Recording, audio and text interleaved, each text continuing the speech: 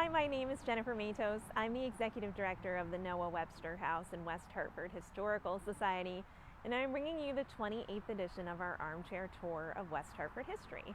I'm coming to you today from Old North Cemetery. Old North Cemetery is located on North Main Street, relatively close to the intersection with Fern Street. And this cemetery was built in the late 1700s to replace the Old Center Cemetery. So I had been to Old Center Cemetery a couple months ago for one of the episodes of the Armchair Tour.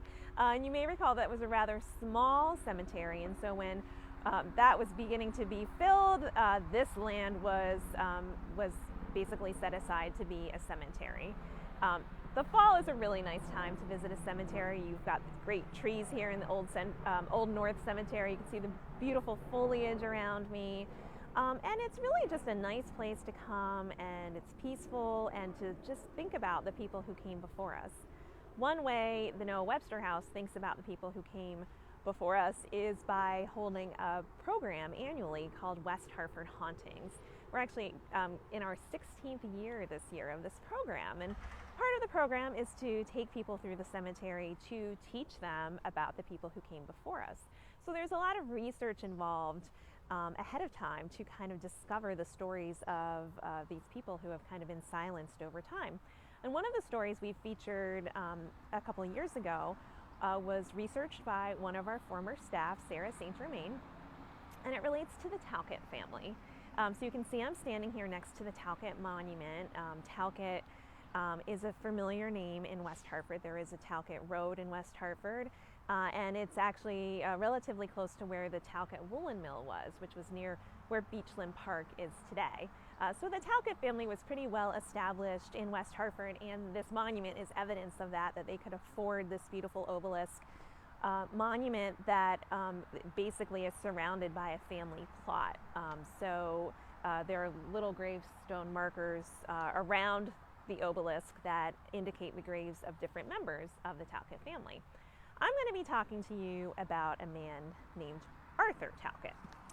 So Arthur Talcott was born in 1842 here in West Hartford. He was one of 11 kids. So his father, Samuel Talcott, actually had 3 different wives. So his first wife died about a year after their marriage. He married the following year to his second wife. So the first wife was Cynthia, and he had 1 child with her. The second wife was Lucille, and with her he had 7 children. When she died, he within the year married his third wife, and the third wife was Margaret, and Margaret bore him 3 children, and one of them was Arthur. So it's Arthur DeNeufville Talcott. So Arthur would have grown up here in West Hartford. He actually attended a high school called Ellington High School, which was probably like a boarding school that he would have attended. And then he actually gained entrance into Yale College. So he's at Yale, in his late teens, early 20s, and of course it's right at the time of the Civil War. So in August of 1862, President Abraham Lincoln puts out a call for volunteers. He's looking to recruit 300,000 volunteers to join the Union Army. And Arthur is one of many West Hartford residents who actually answer that call. And so Arthur signs up August 24th, 1862. He signs up with the 16th Regiment of Connecticut Volunteers. He's in Company A under the leadership of a man named Colonel Frank Beach. So they sign up and ship out pretty quickly. They head really right into battle. Within 2 months, they're at Antietam. And if anyone's familiar with the Battle of Antietam, which is in Sharpsburg, Maryland, it was the bloodiest day in American history. September 17th, 1862 is when this battle occurred, and our own Arthur was part of the fray. The bloodiest day in American history, with a combined tally of 22,717 dead, wounded, or missing. And Arthur was wounded twice in the face at Antietam. Now, miraculously, he actually recovers from his injury.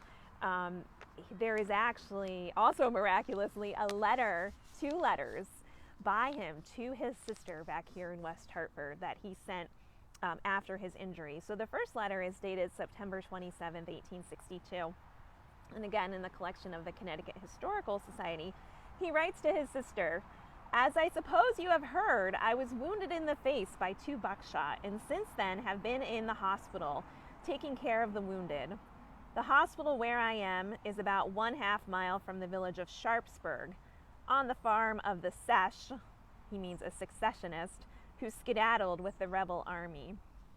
In a second letter on October 31st, 1862, Arthur tells his sister that it's been pretty cold down where he was, as it is at home this time of year. So as it is in West Hartford at that time of year, that's October 31st.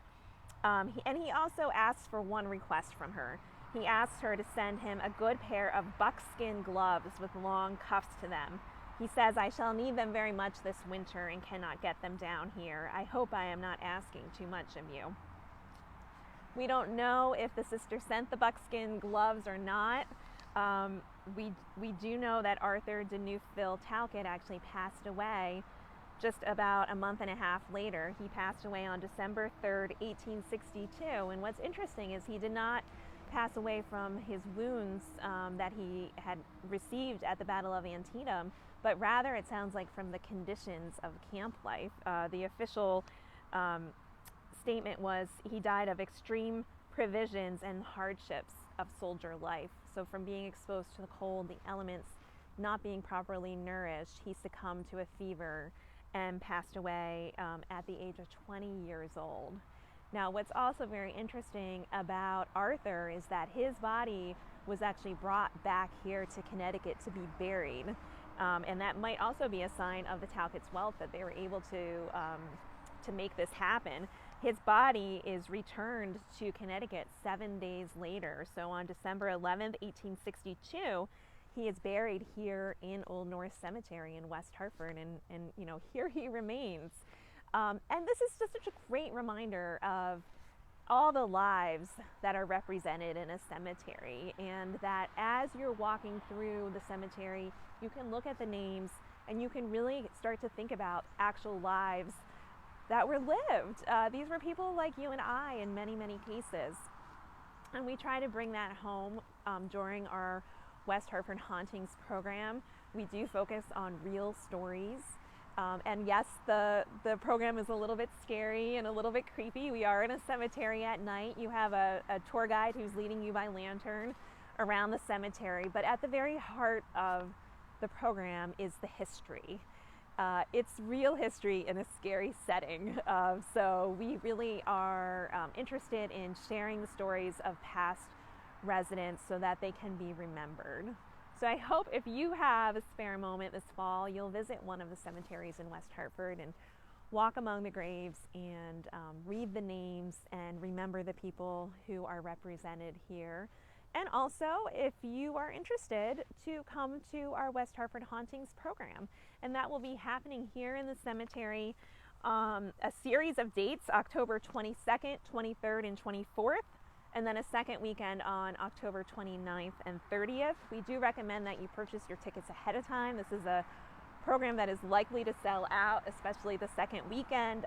You can go to, I'll post the link here with the video on our Facebook page, but you can also go to our website, noahwebsterhouse.org, to get your tickets for this event. And of course, it supports the Noah Webster House and West Hartford Historical Society. And I have to give a big thanks to Suzanne Sayers, who's the artistic director of the program, Jordan White, who is her assistant, and all of the wonderful volunteer actors and support staff who really make this program a reality.